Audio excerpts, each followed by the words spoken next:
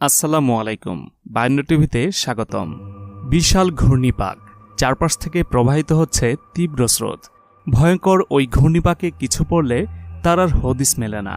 এমনকি বড় বড় যাত্রীবাহী লঞ্চও তলিয়ে গেছে এখানে, যেগুলোর সন্ধান কোনোদিনই আর পাওয়া যায়নি।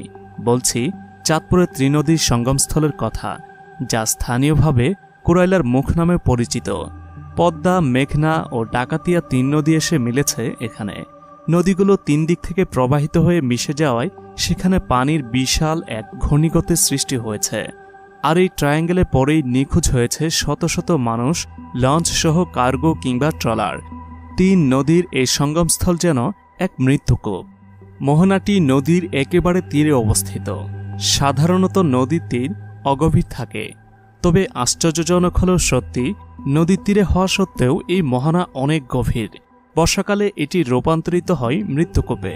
পানির ভয়ঙ্কর ঘূর্ণি দেখে মানুষের মনে শিহরণ জাগে। এই মোহনা নিয়ে লোকমুখে অনেক গল্প প্রচলিত রয়েছে। স্থানীয়দের কাছে জনশ্রুতি আছে, এই মোহনা এক ছেলের অভিশাপে সৃষ্টি হয়েছে। সে হয়তো 1000 বছর আগের কথা। তখন মোহনাস্থলে কোনো নদী ছিল না, ছিল ছোটখাটো বাজার, হোটেল আর দোকানপাট। নদী ছিল কয়েক কিলোমিটার দূরে। একদিন বিকেলে ছোট এক দরিদ্র ছেলে একটি হোটেলে গিয়ে খাবার চায়। হোটেলের মালিক তাকে তাড়িয়ে দেয়। ছেলেটি পুনরায় খাবার চাইতে গেলে তাকে তাড়িয়ে দেয়া হয়। ছেলেটি আবারও ওই হোটেলে যায়। এবার হোটেলের লোকটি রেগে মেগে তার গায়ে গরম তেল ছুঁড়ে মারে। অসহ্য যন্ত্রণায় চিৎকার করে কাঁদতে কাঁদতে ছেলেটি চলে যায়। ওই রাতেই হোটেল অবধি কয়েক কিলোমিটার জায়গা নদীর অতলে হারিয়ে যায়। তৈরি হয় মোহনা। ওই ঘটনার বহু বছর পর ওই ঘূর্ণিপাকে পরে একটি লঞ্চ ডুবে যায়। তখন ডুবুরিরা লঞ্চের সন্ধানে নদীর তলদেশে গিয়ে দেখে একটি ছোট ছেলে চেয়ারে বসে আছে। ঘটনাগুলো আদৌ সত্যি কিনা তার কুল কিনারা নেই। তবে অবাক করার বিষয় হলো, একের পর এক দুর্ঘটনা ঘটে চলেছে এই ঘূর্ণিপাকে। সেই অতীতকাল থেকে এখন পর্যন্ত এলাকাটি যাত্রীবাহী লঞ্চ ও জাহাজ চলাচলের জন্য বেশ ঝুঁকিপূর্ণ। সরকারিভাবেও চাঁদপুরকে সবচেয়ে ঝুঁকিপূর্ণ নৌপথ হিসেবে চিহ্নিত করা হয়েছে। বর্ষা মৌসুমে মোহনার চারপাশে 1 কিলোমিটার জায়গা জুড়ে বৃত্তাকারে খুঁটি পুঁতে দেয়া হয়। এখান দিয়েই প্রতিদিন চরাঞ্চলের বহু ট্রলার যাত্রী নিয়ে পদ্মা মেঘনা পাড়ি দেয়। চাঁদপুরের 4 উপজেলায় প্রায় 40টি চরাঞ্চল রয়েছে। এসব এলাকার লোকজনকে দৈনন্দিন কাজ ও চিকিৎসার জন্য জেলা ও উপজেলা সদরে যেতে হয়। যোগাযোগের একমাত্র বাহন ইঞ্জিন চালিত নৌকা বা ট্রলার। জীবনের ঝুঁকি নিয়ে শিশু, নারী ও পুরুষ সবাই এসব ট্রলারে করে নিয়মিত জেলা সদরে যাতায়াত করেন।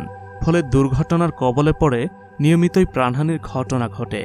চাঁদপুর জেলার বড় স্টেশন মোলহেডে 24 ঘণ্টায় প্রবল ঘূর্ণিস্রোত বইতে থাকে। প্রতি সপ্তাহে ছোট বড় দুর্ঘটনা ঘটে এখানে। কিছুদিন আগে মেঘনা, পদ্মা, ডাকাতিয়া নদীর মোহনায় ঘূর্ণনস্রোতের কবলে পড়ে নিখোঁজ হয় 5 জন জেলে। জানা যায়, 3 নদীর মোহনায় ঘূর্ণনস্রোতে পড়ে জেলেদের নৌকাটি উল্টে যায়। এতে নৌকায় থাকা 7 জন জেলের মধ্যে 2 জন সাঁতরে পারে আসতে সক্ষম হন। বাকি 5 জনকে উদ্ধার করে কোস্টগার্ড। বলা যায়, ভাগ্যগুণে বেঁচে গিয়েছেন তারা। তবে অতীতের বেশিরভাগ ঘটনার চিত্র একেবারেই উল্টো। মালবোঝাই জাহাজ কিংবা কার্গো ডুবির মতো ঘটনা ঘটেছে এখানে। আর এসব দুর্ঘটনাজনিত জাহাজের সন্ধান কোনোদিনই আর পাওয়া যায়নি। মোহনায় এত বেশি স্রোত থাকে যে এসব নৌযান উদ্ধার কখনোই সম্ভব হয়নি। পূর্বের দুর্ঘটনার ইতিহাস সম্পর্কে স্থানীয়রা জানান, পাকিস্তান আমল থেকে এখানে বহু যাত্রীবাহী লঞ্চ ডুবির ঘটনা ঘটেছে, যার মূল কারণ মোহনার তীব্র স্রোত। এখানে এমভি শাহজালাল, মদিনা দিনার ও নাসরিন এক লঞ্চ ডুবে যায়। সবগুলো লঞ্চে প্রচুর যাত্রী ছিল। তীব্র স্রোতের কারণে অধিকাংশ যাত্রী বেঁচে ফিরতে পারেননি। এর মধ্যে সবচেয়ে বড় দুর্ঘটনার শিকার হয়েছে এমভি নাসরিন এক, যার প্রায় 90% যাত্রী মারা গেছে।